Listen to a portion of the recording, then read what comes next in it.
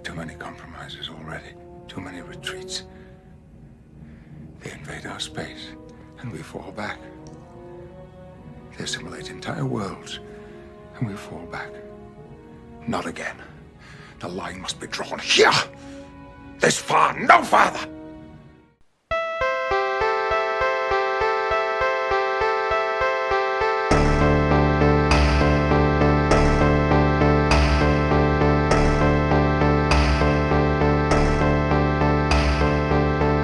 Hello, everybody, and welcome to Frankenstein's podcast, where it is all about the monster. We're a creature feature podcast about monsters and why we love them. I'm one of your hosts, Joe Praska, and with me, as always, is... me, the Borg. No, okay. It's your other host, Khalid Hussein. What's up, Khalid? That was a good one. Thanks. Not much, man. Just chilling. It's a Sunday fun day for me. I guess for all of us. But I don't want to like. It's only Sunday. Sunday fun day vibes. But it's going good. Went on a cute little double date yesterday to this restaurant in LA that it's been on my ladies list for a while, so we checked it out. Was it good? It was really good. Yeah, it was like a shared plates kind of scenario. Okay, what's the restaurant? Bestia. Bestia. Yeah. Oh man, look at you, restaurant guy. Ooh, yeah, Mr. Michelin star. Love it. How about you? How are you doing? I'm good. No cool restaurant visits for me. I did a lot of activities for my 3 and 7-year-old, driving between soccer, dance, various things. That was my weekend. So, wow, pretty nice little Saturday. Yeah, you were telling me that before we were texting about it. It's a very dad weekend for you. It was a dad weekend. Yeah. Khalid, very excited about our episode today for a multitude of reasons, but one of the first ones is that we have a very special guest. I'm going to introduce right away. Joining us is Katherine Silva, a horror writer, 3-time Maine Literary Award finalist for speculative fiction, and editor-in-chief of Strange Wilds Press. Welcome, Kat. Hello. Thanks for having me. I am so excited to be on this podcast. I've been looking forward to it for I can't tell you how long. Aw. Wow. That's flattering. Thank you. I don't think we've ever gotten that. I know, a lot to live up to for guests. You should, because you guys, like, listening to you guys, you seem like you just have so much fun. And that's the kind of podcast I want to be a part of. I love that. Oh, that's the goal, right? To have fun. Like it should be an enjoyable thing, I feel like, right? Yeah. Well, I'm so glad we finally got you on. I know we kind of connected before, but it's and you don't even know how stoked I was when you mentioned the specific monster we're talking about, because I do have a second podcast that is a Star Trek podcast. So I am a Trekkie at heart, 100%. So I'm very excited about that. But I'm going to ask you our new guest questions. For everyone who's new to the podcast, I have 2 questions for you, or 2.5 in a sense. First one is a challenging one, but what is your favorite monster in all of pop culture? It could be like books, movies, TV shows, games, anything. And if it's not the same, what would you consider the scariest? I've been agonizing about this question. So I'm going to list a couple because it's really hard for me to choose. Honestly, I can't not say Bruce the shark from Jaws. Definitely one of my like formative horror monsters. And I love sharks. So he's definitely one of them. And then I think my second favorite is probably zombies. And I'm going to leave that open to interpretation because I really love all zombies. I love the slow ones. I love the fast ones. I really love them all. So, cool. And then as far as the scariest monsters go, I do think that it is a monster that can take away your individualism, your ability to be you. And with that said, I think that it is our monster that we are covering today. But I would also really love to throw out a shout out to Alien, because that traumatized me on a date that I was on. I had never seen any Alien stuff beforehand, and I was asked to go on a date to see Alien versus Predator. and it kind of scarred me a little bit. But I love it now. Like, that was definitely my introduction to the moist monster, I guess is the best way to put it. Moist monster. Well said. Yeah. Yeah. So Only encountered dry monsters before that. no, there's definitely some. I mean, hey, Tremors, dry monster. Yeah, very dry. Yeah, that's super dry. Somehow. But, yep. I think the Alien franchise probably single-handedly saved like KY jelly. It probably did, Khalid. Well said. Yeah.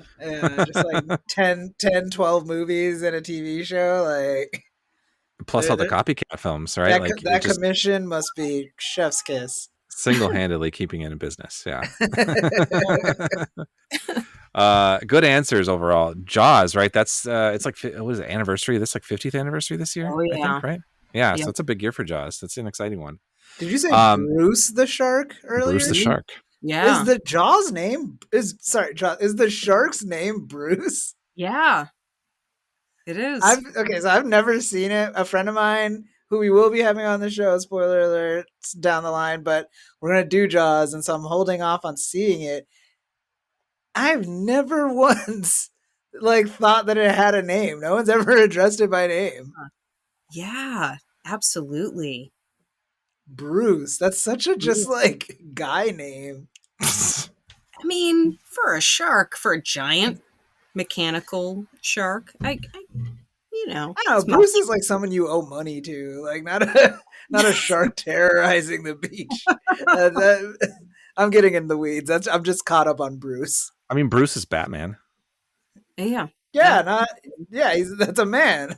That's a man. That's a point for me. Any Bruce example you're gonna bring up is just a guy. That's well.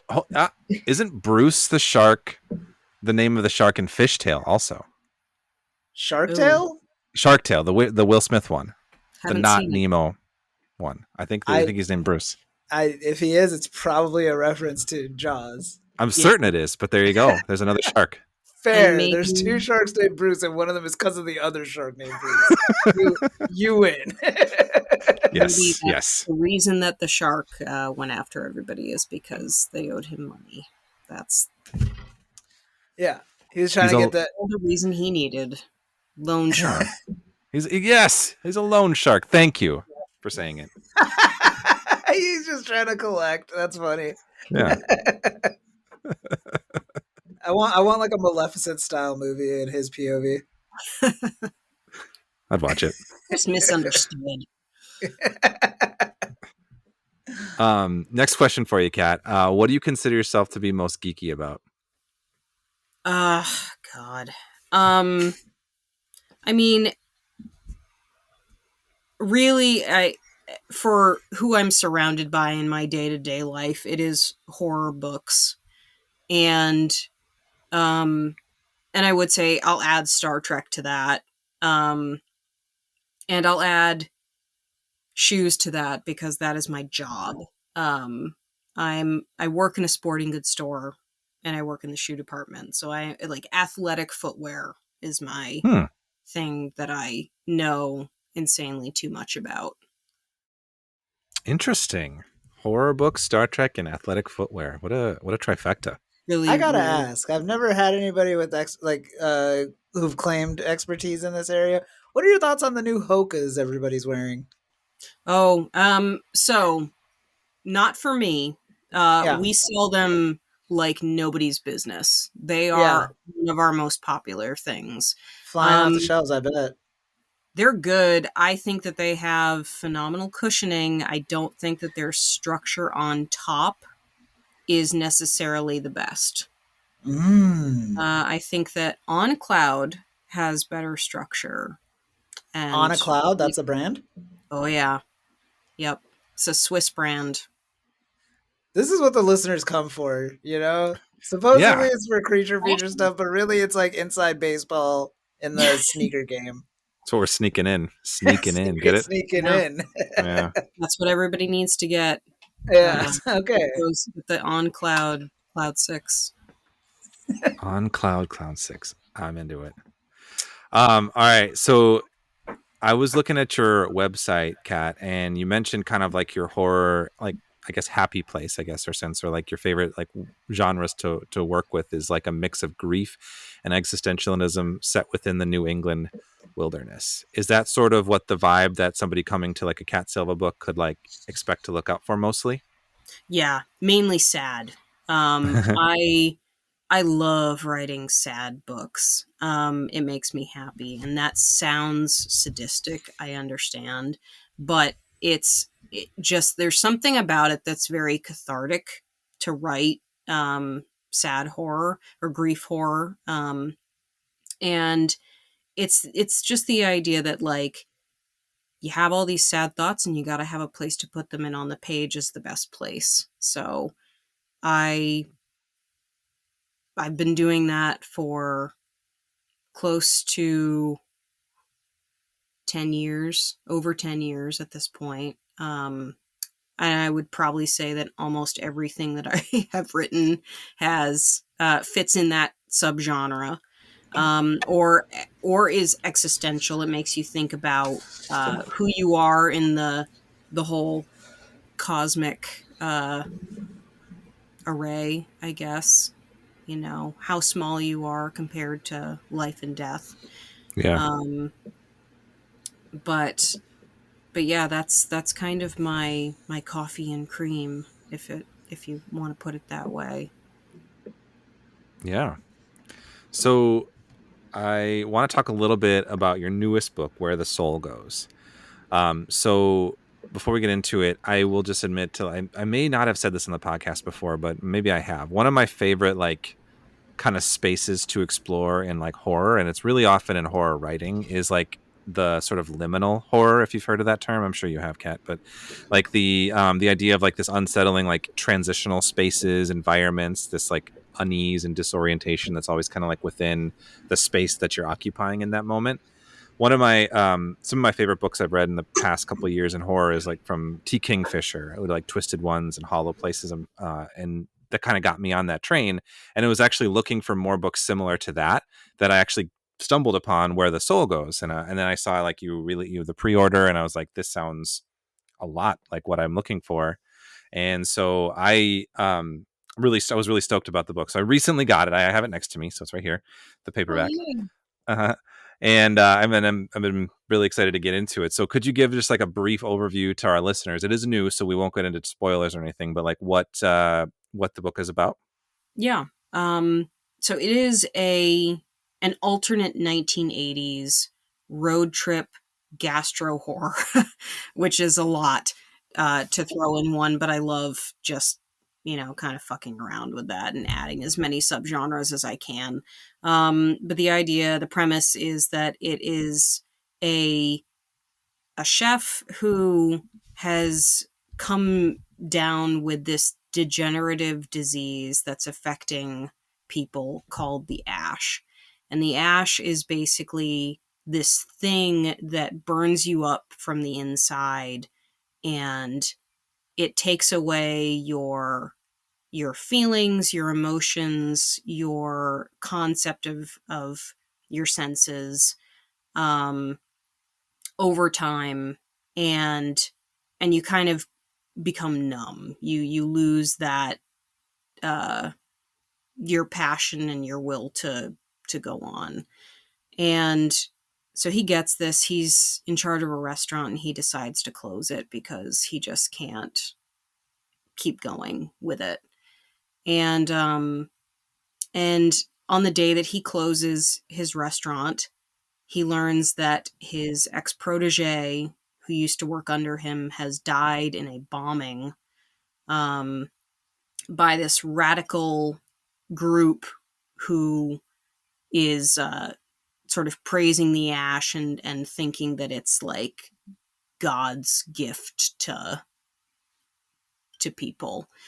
And in his living room later that night, he encounters death in the form of this ex-protege who's just died. And death is asking him to go on a road trip to inspire 4 people in order to try and get the ash to stop being a problem. It's feels very much like The Shack, actually, now that I'm now that I'm saying it out loud. But it's basically this kind of like trying to spur on this inspirational journey. Like you inspire 4 people and they'll inspire 4 people, and it'll spread, and it will keep sort of hold the ash back. And so he ends up on the road with this sort of unfortunate sidekick who is a plumber named Terry. And they go on the road looking for other chefs to inspire, and that's kind of the story. There's a lot of other stuff going on. It is told from a very, I would say it's while it is inspirational, it is very sad. It is very traumatic. It is told from various points of view, and there is definitely a lot of liminal inspiration in it. I kind of went into this with this idea that this world would be just drowned a little bit. Like there's never-ending rain basically in this alternate 80s universe. So everything has just been completely degraded. The coasts are flooded. Most of the southern United States is flooded. Roads are breaking down, and the DOT is probably one of the most funded agencies in the country because they're just continually fixing the roads. So that's the backdrop that all of this is going on in. And that's painting a picture of what you'll encounter in this behemoth of a book. Thanks for going into it. I like how you described the setting a little bit of kind of like the vibe of it is that to me when reading it is definitely a striking like piece to your writing. Like I feel like I can really visualize when they talk about the sort of teal fog or like caverns that have just kind of come upon the streets for people just like if they're not looking out will just die and fall into a cavern because they just can't stop them.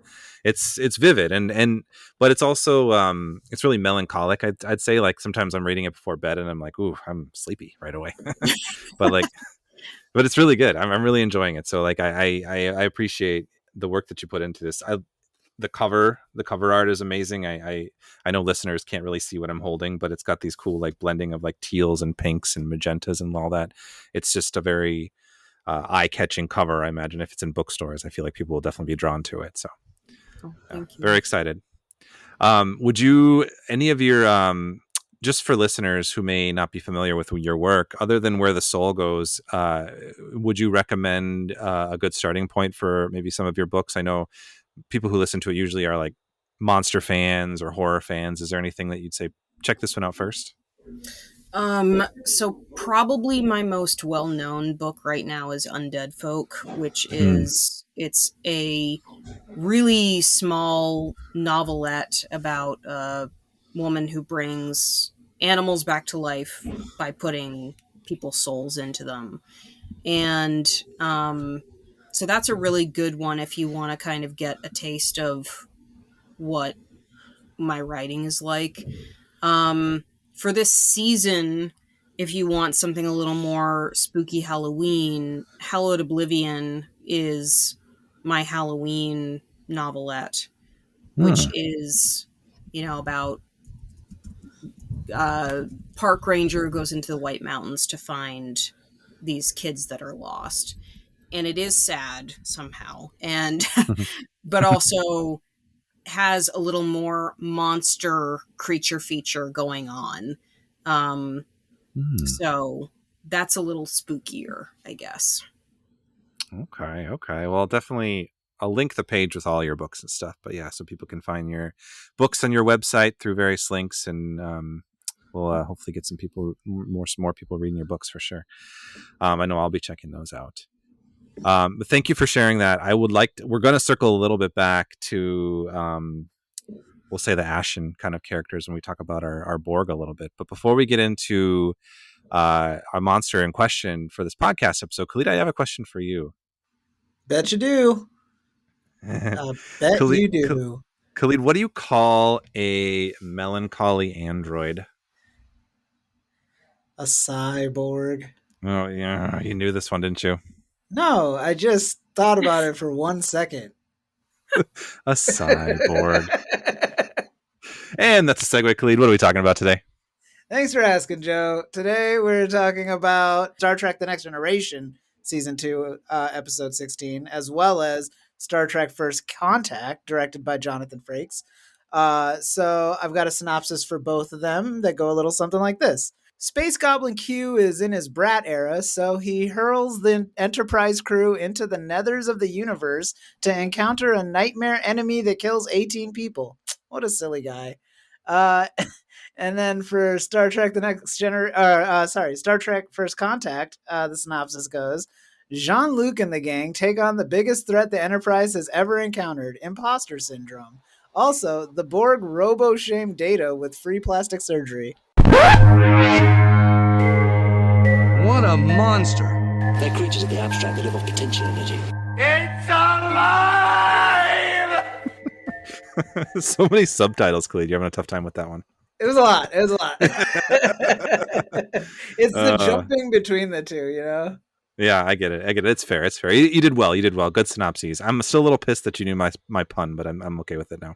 Oh, okay. Well, melancholy just kind of leaves you only so many avenues. It was a good one. I was proud of that one.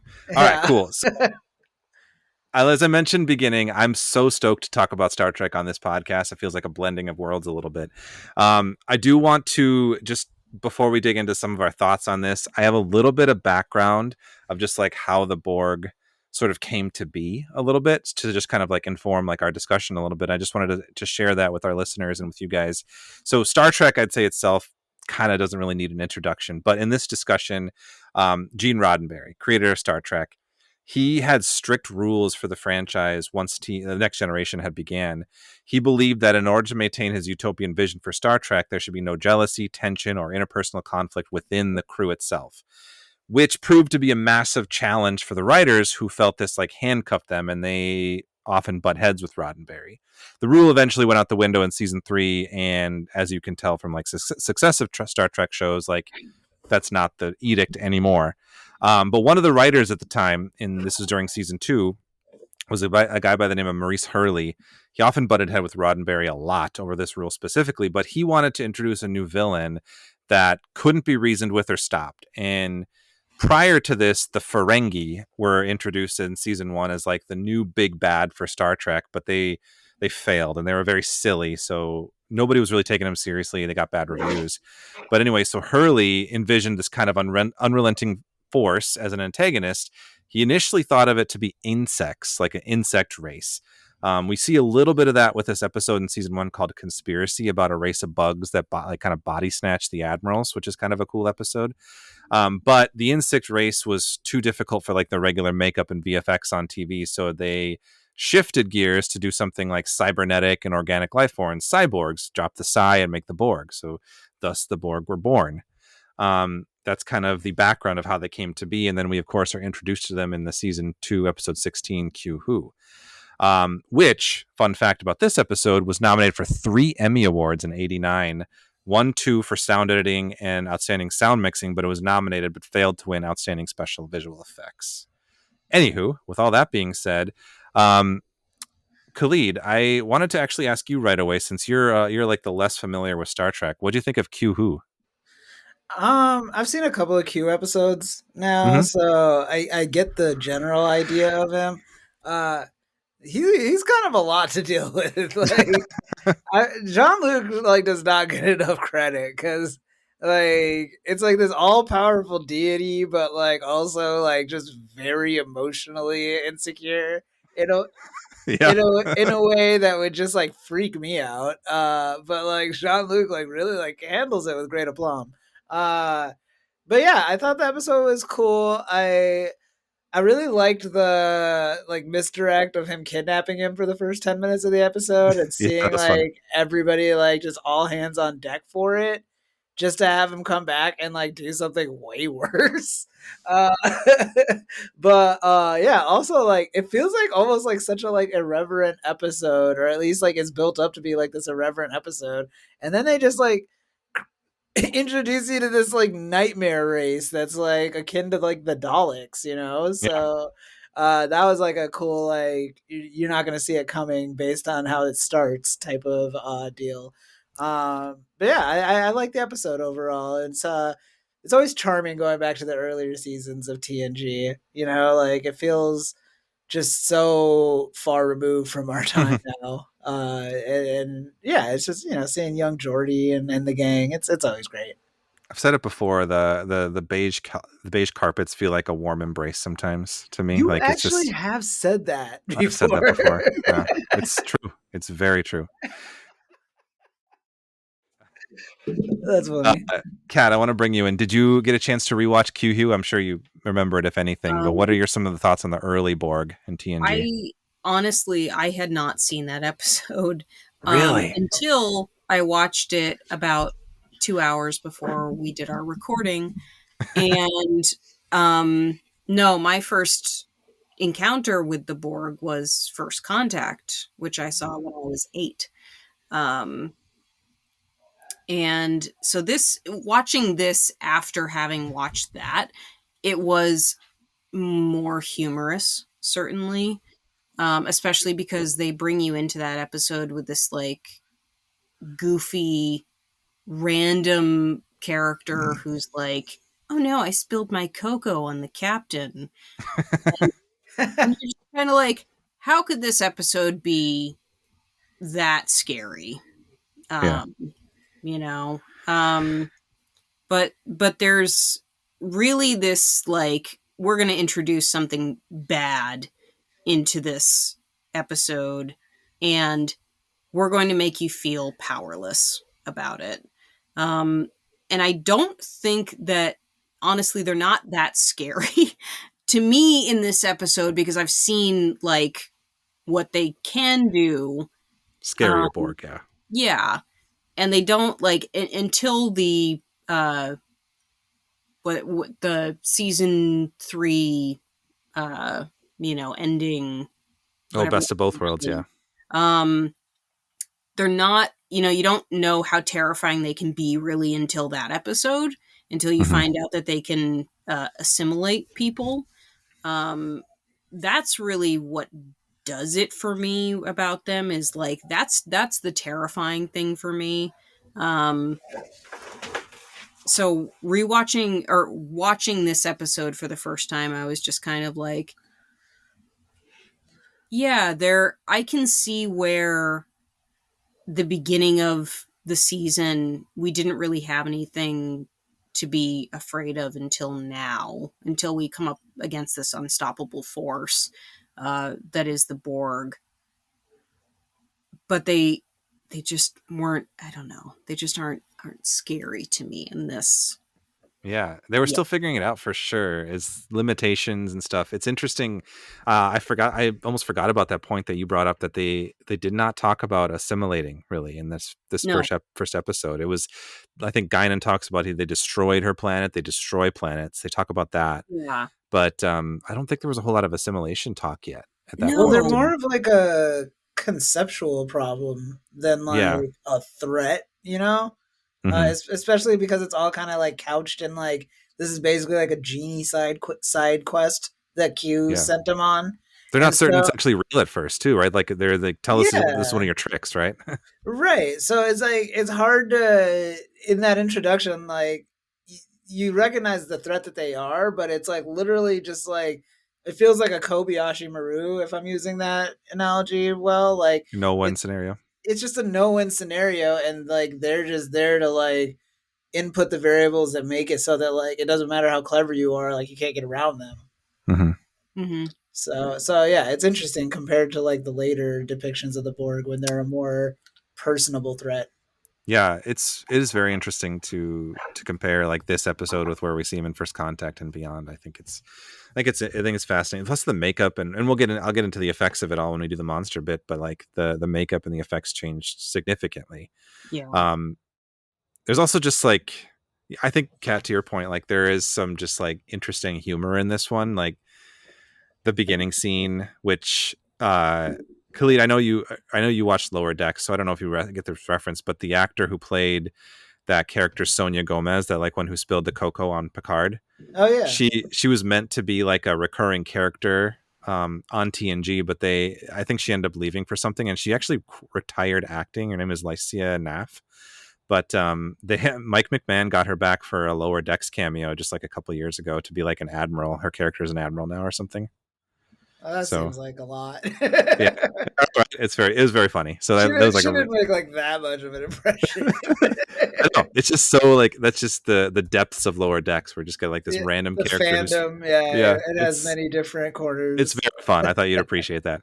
But yeah, other than that, like I think like some of the Q, like we get this like impish Q attitudes. Like they're still figuring out like exactly what role Q kind of plays, other than just like a sort of like menace. Like is he like an antagonist? Is he like, does he help them sometimes? Like, so it's interesting to see even early Q a little bit because he's developed way more as the series goes on. But I really like this episode overall. It's a good. I think season 1 and 2 can be very hit or miss of TNG. It's like season 3 where it really hits its stride, but this is this is an example of an episode I think where it's kind of firing on all cylinders. A lot of the characters get kind of chances to shine in some capacity, except for maybe one or two. But like we get some good Geordi moments, we get a couple good Worf moments, like Picard, of course, Data, Riker, but then like also Guinan like gets a lot of really interesting stuff, like seeing like her as like Whoopi Goldberg as in that guest role that's like recurring throughout Star Trek. Like whenever she's there, it's like I feel like we're always in for like an interesting episode because she's bringing some like ancient wisdom to it in some way. That's always kind of fun. So I think it's a really fun one. I think it is definitely, there's like some strong cheese elements compared to the Borg that we come to later on, of course, but it's interesting. Khalid, I want to kind of ask you, what did you think of like seeing some of those characters? Like I mentioned Guinan, I saw your eyes light up a little bit, like you had something to say. Guinan was an interesting character to me. Yeah. I didn't really know like what her deal was. I've seen her in other random episodes of TNG that like we watched together, and she kind of just like counsels people, I guess. She's a bartender. That's what she is? Okay, She's a bartender. that makes sense then. Yeah. I thought she was like a diplomat or something that just like gets to hang out on the ship. So like her race is like the Elurian race, and they're like scattered, and like their history is that like their home planet was destroyed by the Borg, so they're scattered throughout like the galaxy in some ways, and they're called a listener race, where they kind of just observe and take in information. So I don't know how much of Star Trek Picard you watched. We see like Guinan was on Earth during like the 20th century for some reason, so there's some added history and lore to it, but that's kind of the gist of her character. Okay, well, I thought she was cool. I like when she squared off with Q, and like presumably they were about to have like a witch fight. That was fun. But also I was just like, she kind of useless the rest of the episode for somebody that was like about to like throw hands on Q. Like you can't do nothing about the Borg situation. Like yeah. But no, she was cool. Yeah, she was cool. Yeah, it's a fun one. I do think that the meat of our conversation might be a little more First Contact focused here. So let's jump into some First Contact. What, Kat, you said you saw First Contact when you were 8, correct? Yeah. Yep. What are your thoughts on that movie? Well, it's definitely a horror movie. Absolutely. That I would like to say that's probably one of my first horror movies that I've seen.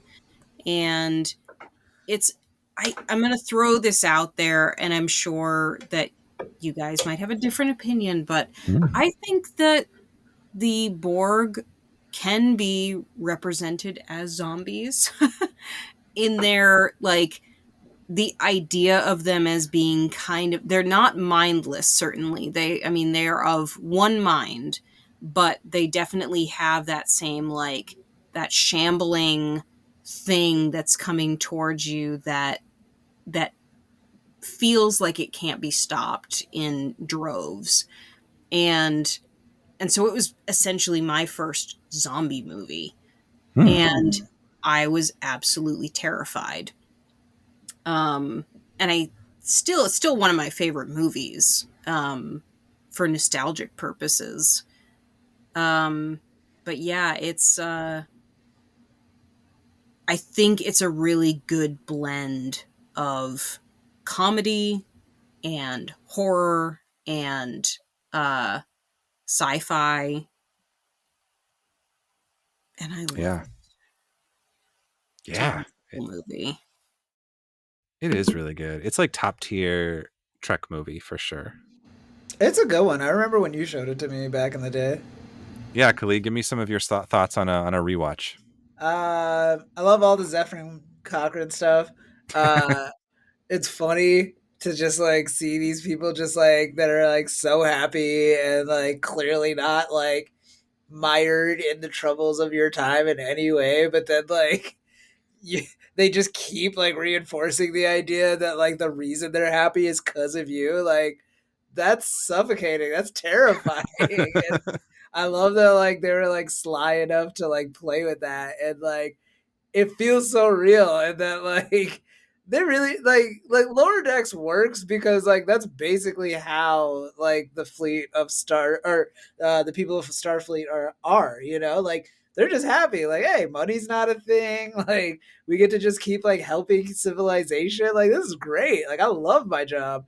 And so it's just so fun to like put that against like a more like gritty familiar earth that like we exist within, you know. I mean, it's just playing on the joke of like how aspirational Star Trek is, and to put all of those aspirations onto one guy for a movie, delightful. And it just, my one criticism is that like it does feel wildly like disjointed because of that. um you've got like presumably this like genuine threat of the Borg taking over the Enterprise and then using that to rewrite history. And then on the other side, you've got like this like drunk curmudgeon that like is mad about a statue that'll be built eventually. Antics.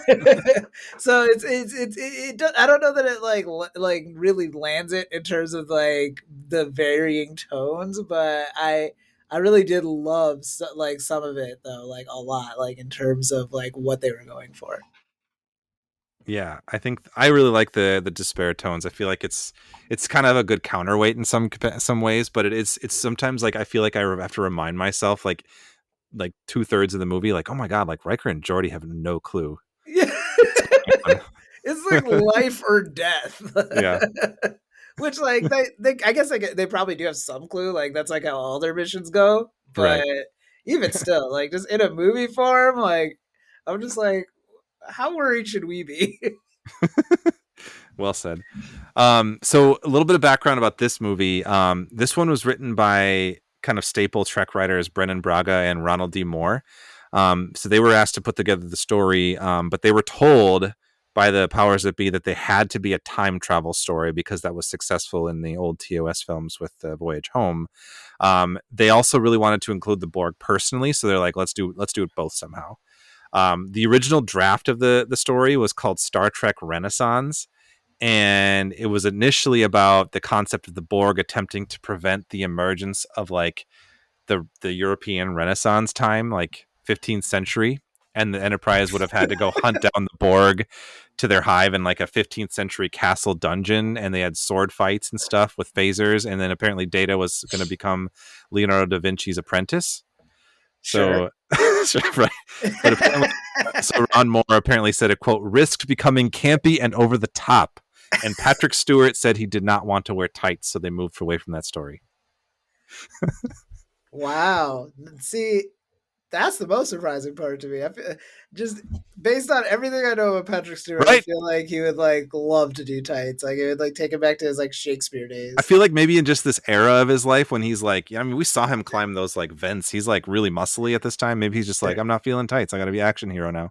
Yeah, he's looking over there like, why is Bruce Willis getting everything? I'm bald, I'm ripped. Like, Exactly. Yeah. He's feeling like more Bruce.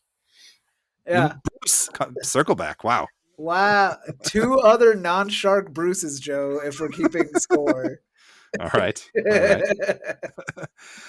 So ultimately, when that story didn't pan out, I guess it was Brennan Braga who decided it would be cool to see like what he called the birth of Star Trek, where humans and Vulcans first met. And so actually, this is kind of one of the things that I really like about this movie specifically is I feel like time travel in a lot of these things is often brought back to like our time, where it's like, oh, we are familiar with this time. But instead of doing that, it's still our future, but it's like adding to the lore and the world building of what goes on in this universe in some way. So it's like the time travel is there, but it's still like the future world for us, like after World War III, after like governments have fallen and stuff. And so basically it was not just like a gimmick, but it was also a vehicle for the world building. And I thought that was I think that's a really cool element of this movie, how they were able to kind of like pull that off together. But I mean, I guess I'll just get into some of my thoughts too. Like I agree with you, Kat. Like this is definitely like a horror movie. Like there are so many like cool horror shots in it. Like those like random crew members when they first encounter the Borg, like on the ship in the Jeffries tubes, like the scream and then going to find it, and then just like the increasing like temperature and like the dread and all that. Like even just like walking through the corridors and then seeing the Borg with like the legit, you know, movie quality makeup on, like that was scary. Like, and I'm with you. Like, I think the zombie comparison is very apt. Like it's zombies, but it's like to a different degree. That's almost like, I mean, it's doing something similar where like a zombie bite like takes away your individuality too, but there's like another element where it's almost like you're being used as like this hive mind force too. So it's a really good like restructuring of that kind of zombie mythology in a way that does something sci-fi with it. So I appreciate like so much of it. So it's a great movie. Well, it's like zombie colonialism, which is what's interesting about it. You know, it's like 2 already like bad enough like concepts on their own, like teaming up, and it's just this thing of like systematically like taking over something just for the sake of doing it, just because that's what we are designed to do, kind of a thing. Right. What do you guys think about this movie being accessible to like non-Star Trekky people, like new fans? Because there was kind of a concerted effort with like the Elfrey Woodard character Lily to sort of be like an audience perspective of like allowing Picard to like re-explain like how Star Trek works. Like we don't have money, and like this is what the Borg are, and this is why we're doing this. Like, what did you think of that element? So this was my I had not watched any of the original series. I had not watched any of The Next Generation. I watched Star Trek Generations, the movie. That was my intro to Star Trek. And I was very confused by that because there's so much going on.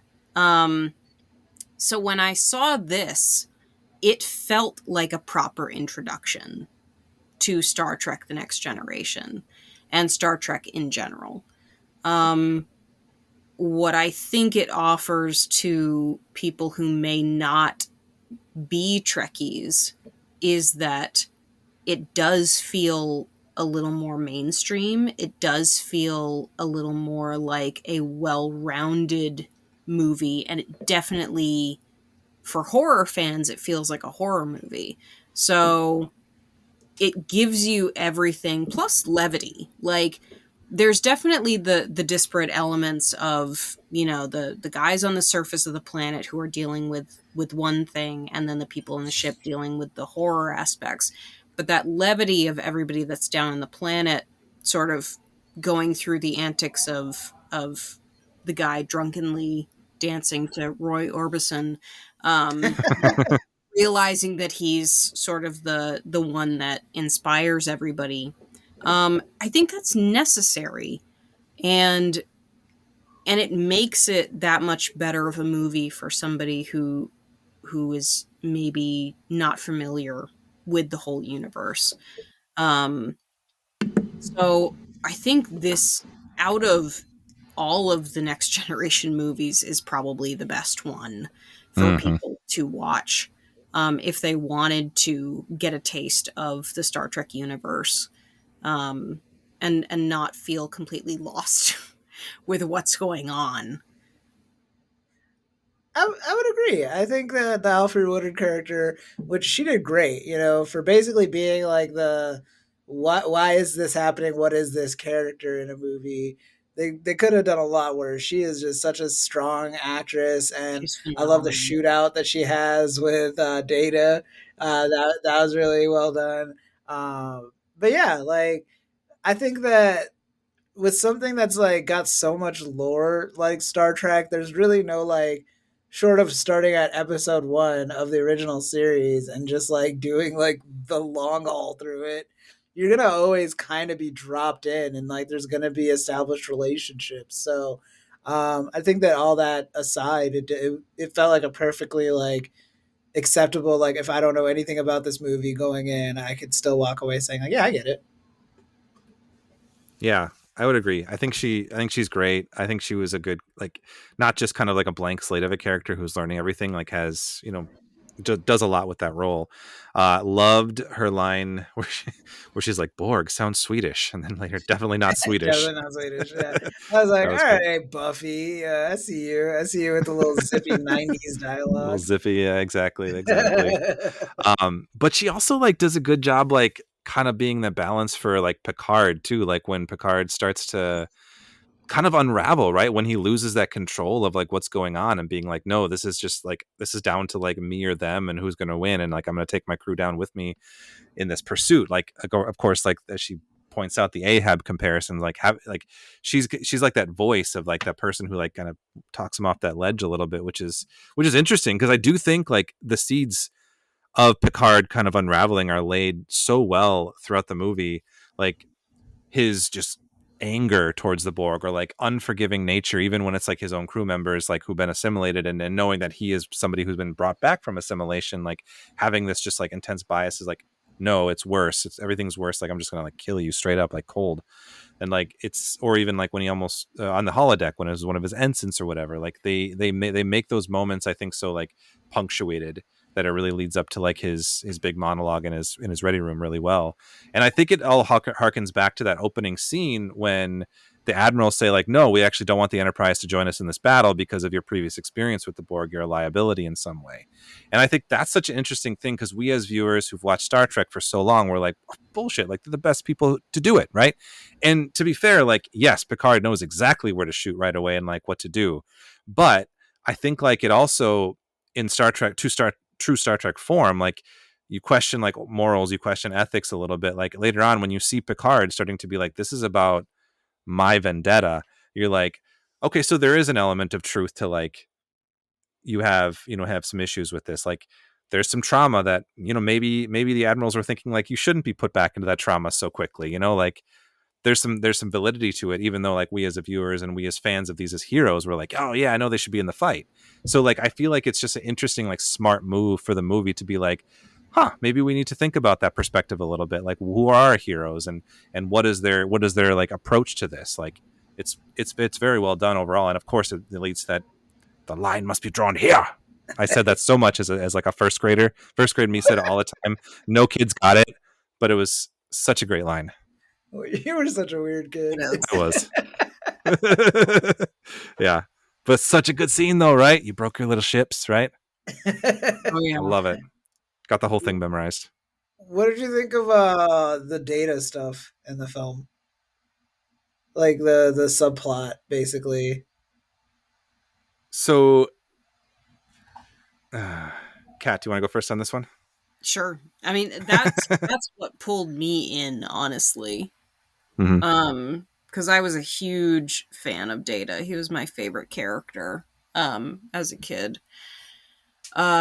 Just the idea of this machine dealing with emotion felt like me. I think I could identify with that. So I was just all in on the Data plot line. And not understanding the history of Jean-Luc Picard and the Borg at the time, the idea of the vendetta and the revenge wasn't as meaningful for me at the age of 8. but but then, after having done my research and dug through it and realized, okay, we've seen these guys before and there is a history and this is what's going on, then I understood it better. Yeah. I think that my instinct is to say that I think the Data plotline is my least favorite of the three. Like, it's kind of like the A, B, and C plot we have going on. But I also feel like when I rewatch it with like a more critical lens, I really, really appreciate all of it. Like, it really cuts to the heart of a lot of the themes of the Borg and the themes of like what the movie's trying to put forward. And it is really cool that we think about this, like these are the two main plots, right? The Borg horror story, and then the stuff on the surface. We have like tonal genres, right? Like we have like the kind of like comedic, don't meet your heroes, fish out of water elements. And then we have like this kind of horror sci-fi story. But with the Data Borg Queen sequences, it's like we get like some extended scenes of just talking philosophy. I mean, there's like threat and dread, of course, but it's like it's refreshing to see that in what's, I think, considered to be an action movie in a sense. Like, you get these times of just like extended dialogue to really kind of like explore what humanity is and like counters to it and all this stuff. And I think it's a really fascinating endeavor. And this movie this is the introduction of the Borg Queen. I'm not sure if you knew that, Khalid. This is the first time we ever saw the Borg Queen. So that was like a brand new introduction to lore. And I think that there are things with the Borg Queen that Star Trek has done since that I'm not a huge fan of. And sometimes I'm like, oh, was it a good idea to introduce the Borg or a Borg Queen? But I do think for what they're trying to do with this, they needed kind of a mouthpiece. They needed someone to be like saying the philosophy of the Borg, or like spouting the ideas that they're trying to, as a foil in a sense, to Data. And I think in doing that, they kind of created a really interesting, not just character, but kind of monster in a sense. Like, we'll get into it a little bit with the effects and stuff, but I think I've grown to really truly appreciate those moments and just kind of pushing Data to the next level of like, he's always kind of wanted to be human. There's that Pinocchio element, but like having like sensation like that, like it's different, and with the organic skin and all that. And so it's fascinating. I don't know. What about you, Khalid? The organic skin was like, it really was just like this like kind of like grotesque thing that they were doing. Yeah. Like, essentially like how piecemeal it was. Like, there was no rhyme or reason. It's like a little bit your arm, a little bit your face. We'll figure it out. Yeah. I thought the Borg Queen was an interesting concept. I like that, because like any like organic matter that's in that position is going to be like kind of scared or like trying to find a way to prolong their life. Like, you're not going to get like as natural a conversation out of that.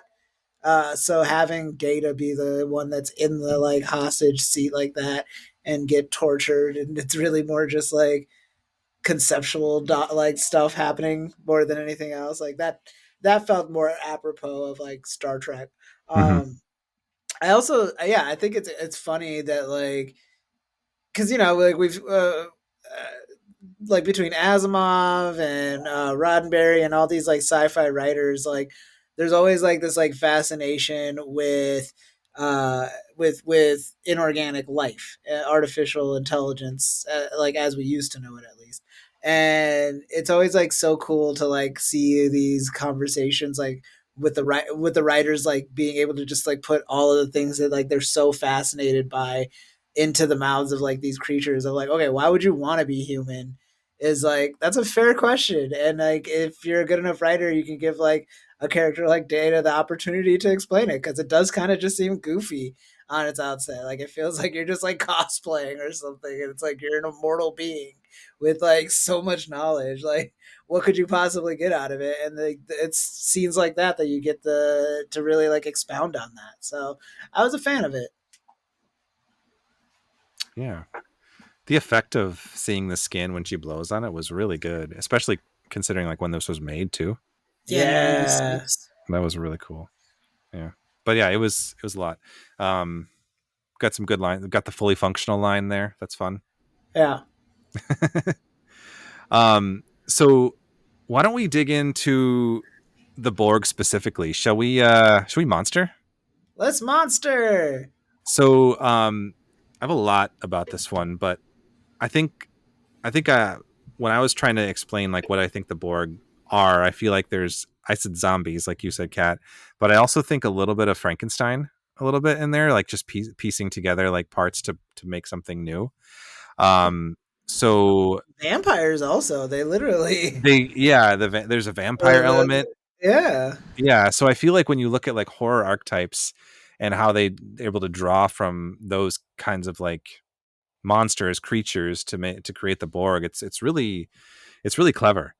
But in terms of like the behind the scenes, so like this is kind of the part of the podcast where we go into like the background and like the behind the scenes stuff. So in Q Who, that episode we talked about, the first designs for the Borg were created by a costume designer by the name of Dorinda Wood after she received the script, and she designed a suit with tubes running in and out of it, and then she let the head design to the makeup supervisors, Michael Westmore, who's very famous in Star Trek lore. He's like he's storied in Star Trek doing the makeup and the VFX for a lot of it.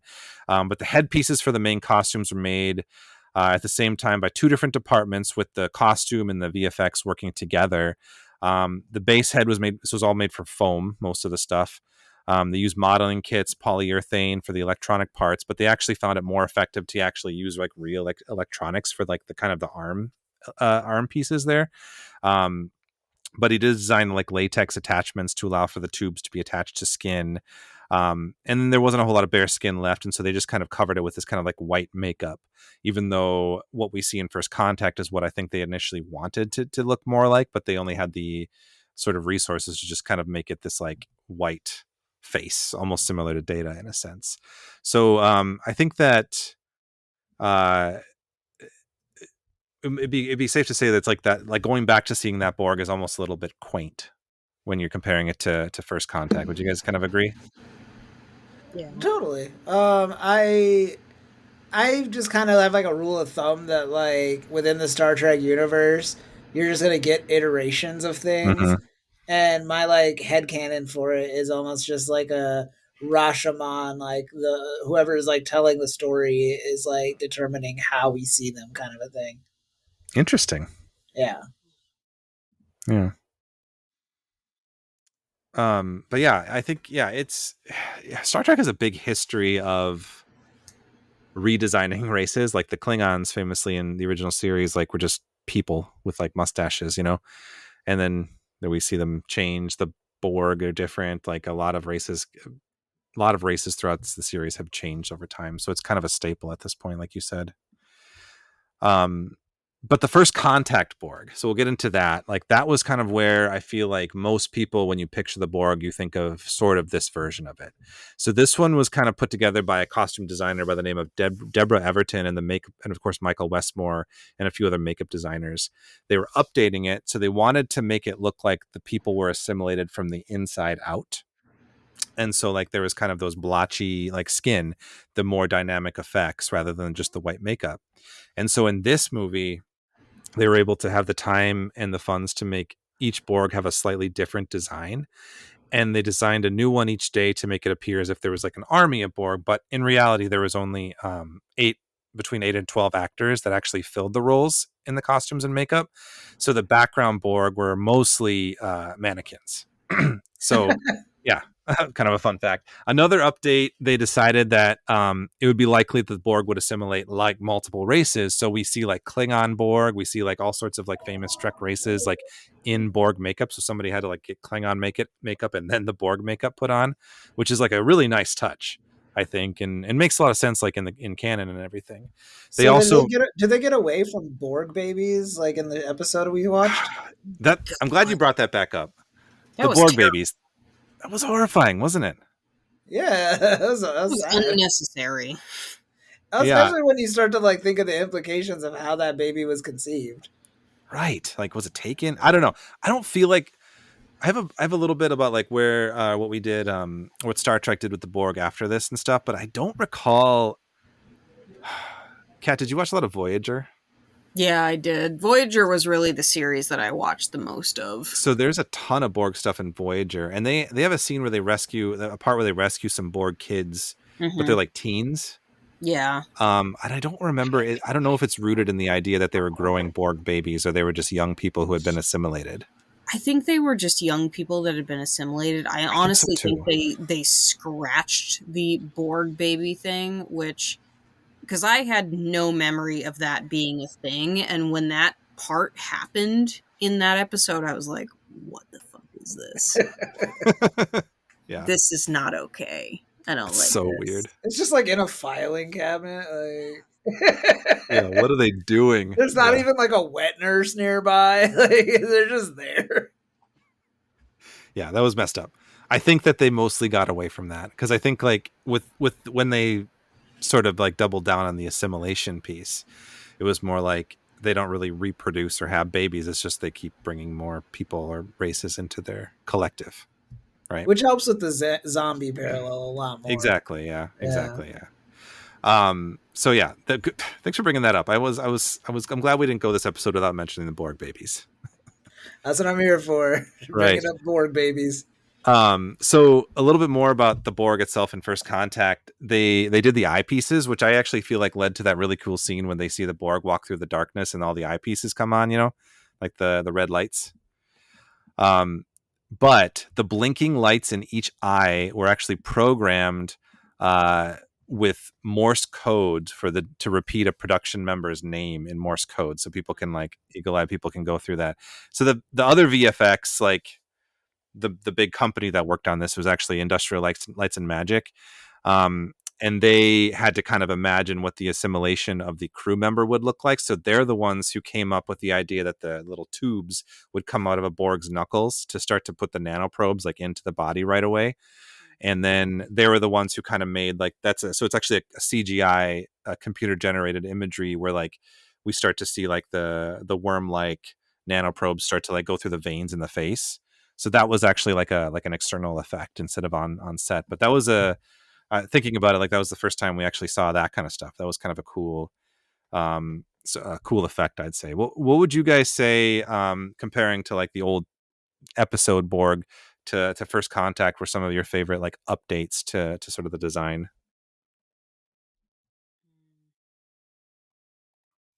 I mean, I'll be honest. I'm a fan of retro Borg. I think the new Borg design wise is obviously a step up, but they're all so like just like fixated on like doing whatever to the point where like when they do fight, it feels like just like a distraction. Like they're annoyed that they have to even do it. Yeah. And so I like the Borg in the original episode because I don't know, there's just something a little bit more like sinister T1000 about them and less like a guy that's like really hopes that his company does well in Q3.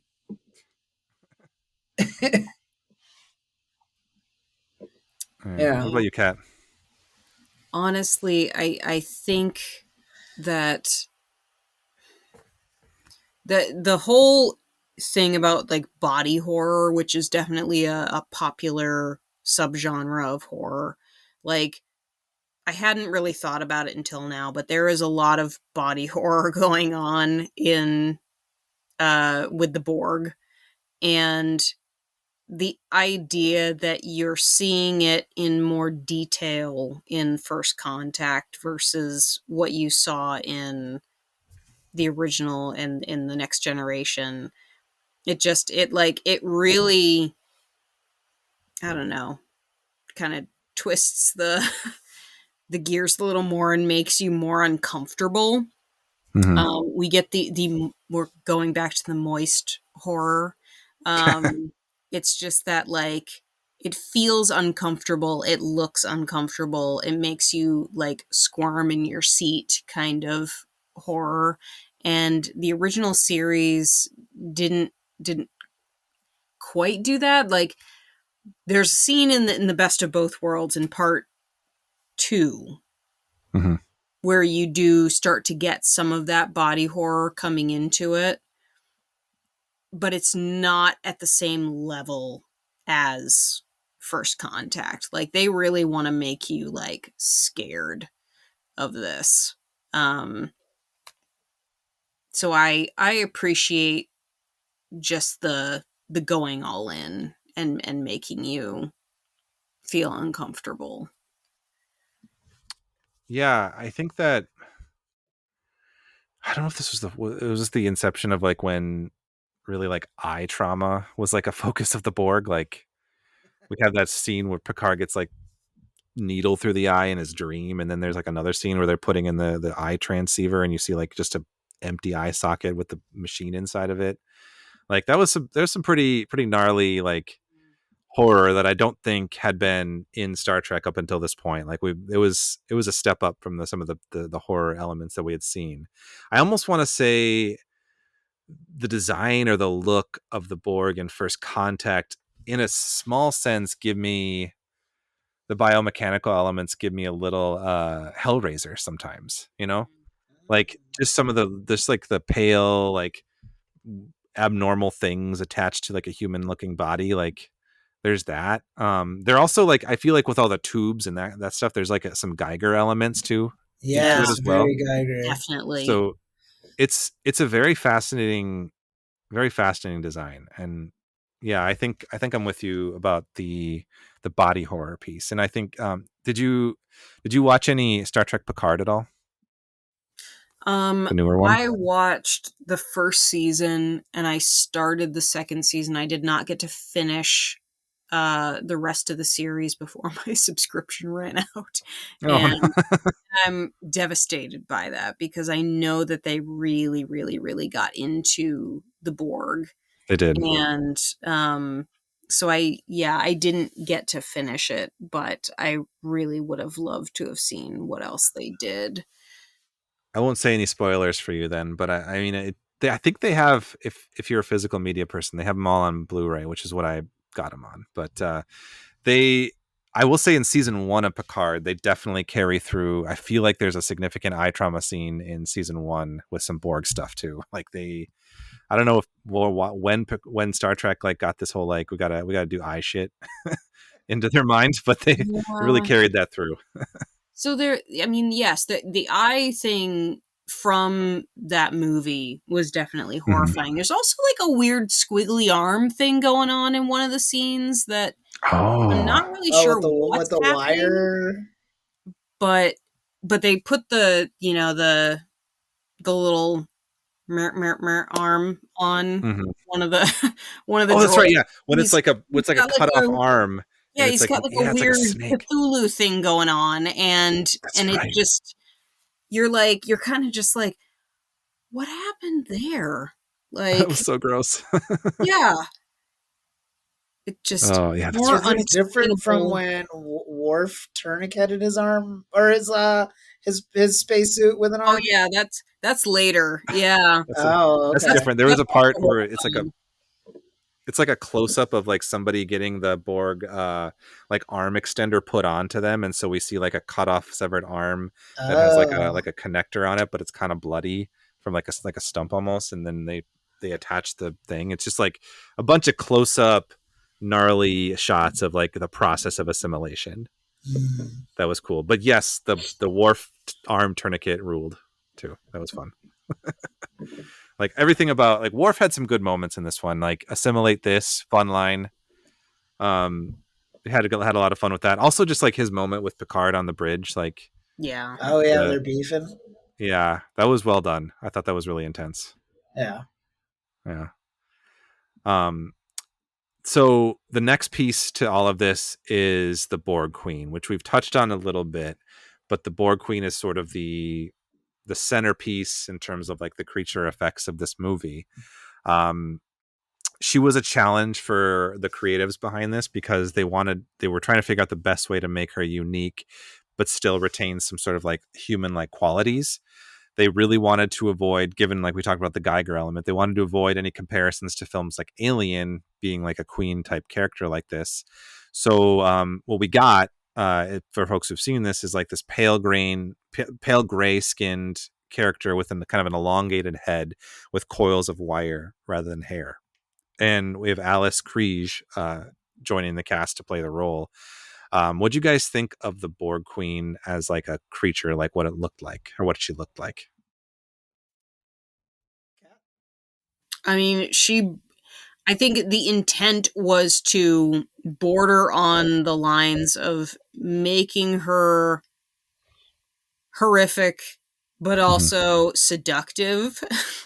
Yes. Which I think they did a very good job with. Your initial sight of her is as this head and spine being lowered down from like the rafters. And you're at that point, that's kind of hard not to like keep in your head.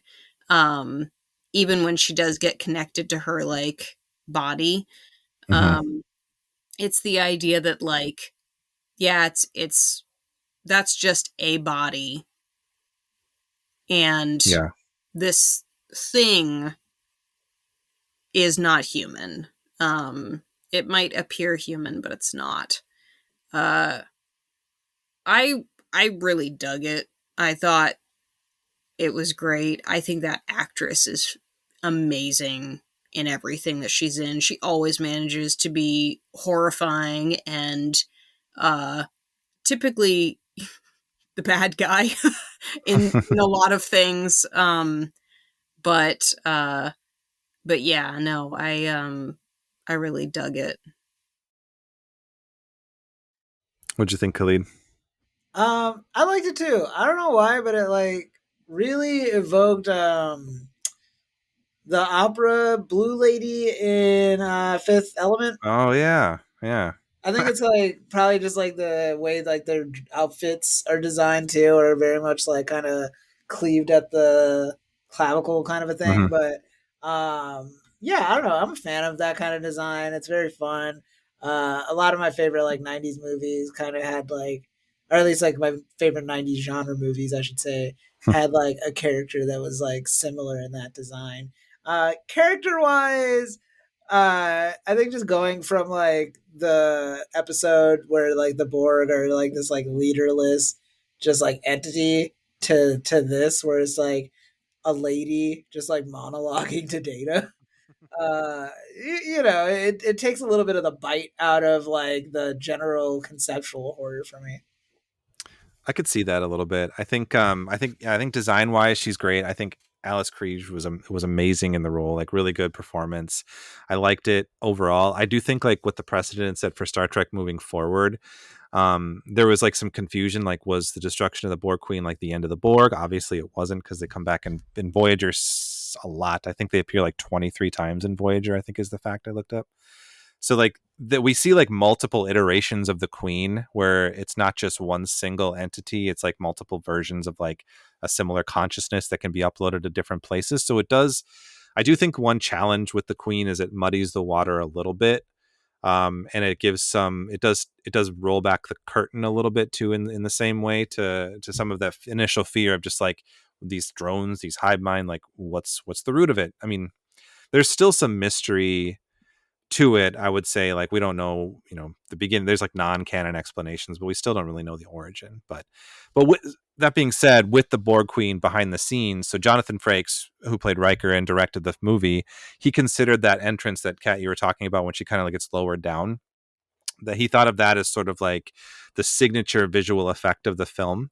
And it actually took Industrial Lights and Magic 5 months to finish that effect. Whoa. Alice Kriege was put into like a rig that lowered her down to the set. They added like the prosthetic robotic spine over a blue suit so they could use VFX to remove her body in post-production. And then to make the prosthetics appear at a proper angle, she basically had to kind of like stand like and lean forward so that like the prosthetic like spine was leaning like directly down from her like chin, so that it would be kind of in line with the spine. And then they created a digital version of the bodysuit when she first lowers down, and then like kind of used some sort of like morphing CGI tech to like make it back into like her real body that was in an actual suit. And the claws that like clamped down in her skin were animated digitally as well. So it was, for a signature effect, like it was affecting, I will say. Very cool sequence overall. But yeah, I think I agree with kind of both of what you're saying with the Borg Queen. I think it's a very interesting introduction. I think I don't know. Yeah, so sometimes I'm a little conflicted about it. Sometimes I don't love when they're like, oh, it's the Borg Queen again. Like it just seems like it's like it like makes it a little smaller, where our characters always interact with the Borg Queen somehow towards the end. It's like But a bad penny. kind of. But yeah, I don't know. It's still cool. VFX wise, I loved like all the Star Wars style visuals we were getting of like ships and stuff just exploding. Mm-hmm. I don't know. I don't know that I guess I don't know if I've seen enough of it in the show to like say like, oh yeah, this felt like a departure. But like, it never really like, I don't know. Something about it this time felt really like tactile to me in a way that it hadn't before. I don't think the show really had the chance or the budget to do like big, large scale space battles like that. Like I think Deep Space Nine did a few of them, and it was like signature. Like they had to spend a lot of money on it. Yeah. But this was pretty big, and with that, like we see the ship that Worf's on, the Defiant, is from Deep Space Nine, so it was kind of cool to see at the time for a lot of people to see the Defiant on the big screen. Did you recognize Adam Scott there at the helm? I did. Very fun little like pre-famous Adam Scott role. Yeah, that was fun. Also, like speaking of like the other shows, like we get a little recognition of Voyager in there too with the EMH, the Doctor, the hologram is one of the main characters in Voyager. That was kind of a fun little addition. Yeah, it's very cool. The VFX were really cool. The ship battles were really fun. I feel like this is a movie that I could talk about for like hours, and I feel really bad because Kat, it's like really late where you are, and like we're already going like later than normal. So I apologize for that. But this is a really fun one to talk about. I do want to finally like to kind of bring us a little bit to a close here. We have I just wanted to kind of point out some of the themes that I think the Borg represent, like this, like we've talked about the loss of individuality, sense of self, the totalitarianism of like colonialism, transhumanism, imperialism, like pursuit of perfection, kind of monolithic ideology in a sense. I think those themes are interesting. But then like there's also like we've talked about the visual element, but I wanted to come back to your book, Where the Soul Goes, and you kind of mentioned in your emails that you feel like the Ashen, the folks who've experienced the Ash, are connected in some way to the Borg. Would you be willing to expand on that a little bit? Sure. So like I was saying before, I really think that the Borg are very zombie-esque in their how they were sort of conceived, and the Ashen are very zombie-esque as well. The idea that there is this thing that's kind of like burning you up from inside, and it eventually just kind of takes away any of that identity that makes you who you are, is the same kind of idea as the Borg. You lose your individualism, you lose what makes you you, and the Ash does that. It takes away your inspiration, your creativity, your passion, and it turns you into these sort of mindless, wandering things that just have one goal, and that is to wander. And the Borg have one sort of collective goal, and that is to assimilate. So I did just sort of draw comparisons between the two for those reasons. Again, I think that it's really scary for a thing, whether it's a disease or a monster, to take the pieces of you that make you you away, and sort of make everybody kind of the same. So that was a fear of mine that I was putting into this book without even thinking about it.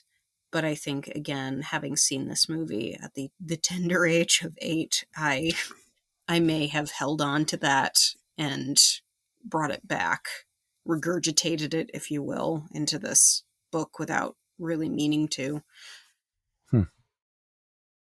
Interesting. Well, thanks for sharing that. I love that. I when you pointed that out in your email, I was definitely like looking for some of those similarities, and I can kind of see it. It's really fun. Before we close out, we got 2 last little mini segments for our show. Khalid, can you give us a quick lightning round? Fight or flirt? Yeah, I would fight Q and also fight the Borg. So fight. Yeah, fight. There's no flirting with the Borg. I I guess feel like there was a whole lot of flirting with the Borg in this one. What, the Queen? Yeah. Yeah, if you're already a robot, like she's just like curious, like, what's your deal? Like, why are you cosplaying as a human? Like, I'm just a human, and so She's kind of into Picard a little bit too. Oh, yeah. okay, so my options are to be a robot or be Patrick Stewart in his prime. Like, you see, I don't have that many options. That's a man that somehow looks hot or bald. Like, those are heights that mere mortals should not try to even fathom attaining. So yeah, fight. I don't know, man. The Queen, I guess you could flirt with her, like theoretically, but they just don't seem that like they don't need anything from me in the sense of like emotionally or anything like that. Like there's not really much like insecurity, even when they like take L's. They're not like down on themselves, you know. So yeah, they seem ripe for fighting. I mean, like, you know, they're zombies. Zombies are ripe for fighting. Very adept. You'd fight Q though, huh? Man, just on principle. Like I'm sure I could like have a good shot flirting and surviving that way, but man, those are some stressful situations he's putting Picard in. I think flirt might be more damaging, you know? Especially when it's so close to Picard's face. Yeah. Oh my god, dude! Like a millimeter from that man's ear. That's acting. That's classically trained acting. That you don't go, yo, what the fuck? Like, yeah. So good. Yeah. Well said. Thank you. Anyway, our final segment of the show, real quick before we close out, we do what we call our What the Fandom segment, in which we share just like 1 or 2 quick things that we're kind of into at the moment. Recommend to the audience, may or may not have anything to do with our monsters, horror, or topic at all. We usually let our guests go last. We'll start with you, Khalid. What the fandom with you this week? Thanks for asking, Joe. My What the Fandom this week is the new video game Ghosts of Yotei. It's a sequel to the PlayStation game Ghosts of Tsushima. Yeah, it's more the same for the most part. They'd obviously like add some bells and whistles to make it feel like a different gameplay experience. This time, the main character is a woman avenging the death of her family, and it all takes place in like feudal Japan, so that's really cool. And it's just really beautiful to look at, like just like riding horseback across like Japanese islands and just like beautiful music playing. It's nice. And then obviously the smash 'em stab 'em fighting component, which is what will probably be the big selling point for most. Yeah, it's just been a good time. I've been playing it all weekend, and I usually like allow myself like 1 video game a year to just kind of indulge. And so that's my one for the year, and I am not regretting it. It's really good. What about you, Joe? What the fandom with you? Thanks, Khalid. Love that. I've also been getting into video games lately, as I've talked about on the pod. I recently got the Switch, so I've been playing a lot. Video games have been gone from my life for a long time, so it's been kind of fun to get back into it.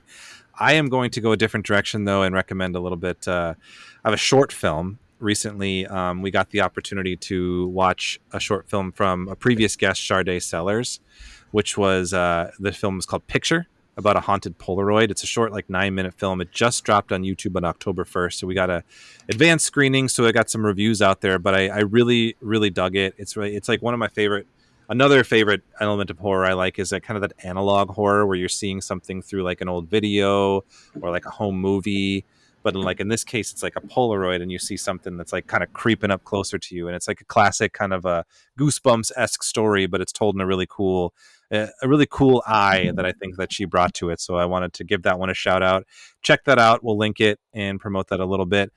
Second thing I just wanted to shout out to, Nicole and I just started watching season 3 of the show Surreal Estate, which is a sci-fi original show, which I have plugged in the past of the previous seasons, but we're jumping on season 3 just in time for spooky season. It stars Tim Rozon, who's in a bunch of Canadian productions and sci-fi stuff, but he like runs a real estate agency that specializes in houses that have like hauntings or demons possessing them or like some sort of like supernatural history. And it definitely evokes the kind of like old school like Buffy or Angel, where it's like, well, what could be doing this? Oh, it's obviously a sleep demon or something. You know, it's like you go to the books and you know exactly what's doing it. It's like comfort food for me. It's like it's fun, sort of spooky. There's like the tech guy. There's the guy who knows the mythology, and there's all, you know, they all have the team and stuff. So it's a really fun throwback kind of show. And so I'm watching season 3 right now, and so I'm really enjoying that. How about you, Kat? What's the fandom with you? We just finished season 1 of Haunted Hotel on Netflix, which is an animated series. And it's pretty fun. I mean, I really enjoy adult animated stuff. Like, we watch Bob's Burgers, we watch The Great North, and so this, because it has the same actor from The Great North, who I can't think of his name for the life of me, but he's from SNL. And he's Will Forte. Will Forte, yes. He's a great man. He's so funny, and so this is like just wonderful. So we finished that, and then we finished Alien Earth, excuse me, which was a thing. Yeah. Little disappointing, maybe, you know, without going into spoilers, but I think that's kind of really it. I am watching. I do like to watch Let's Plays for horror games on YouTube.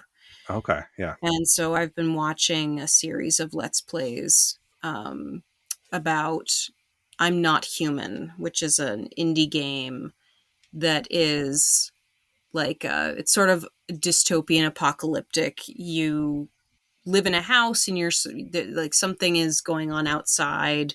There's some sort of event happening, and there are things that look like people that are not people that have come up from underground, and they're looking for places to stay. And so these things show up at your door, and you have to figure out if they are actually human or not human and let them into your house to stay. And it's really creepy, and I'm enjoying it a lot. Sounds really creepy. Yeah. Sounds great, though. Kat, thank you so much. This was a really fun conversation. I apologize for keeping you up late. I know you're on the East Coast, so it's way later for you. But thank you so much for taking the time to come chat about the Borg, geek out about Star Trek, talk about monsters and horror shit. Like, it was delightful. Well, thank you. I really enjoyed it too. Like I said, I've been waiting for this. So I appreciate that you guys had me on. Thank you. Absolutely. And is there anything quickly, I know we talked about the book, but is there anything else you want to quickly plug or tell people to find you? So you can find me on most social media, because I am terrible and I really should just get down to a couple, but I'm on Instagram, Facebook, Threads, TikTok, Blue Sky, typically a Katherine Silva author or Kat Silva author. Where the Soul Goes came out on September 9th, and it's available wherever books are sold. And I have a new book that is a special edition that's coming out very soon. That is the Deadlands Omnibus.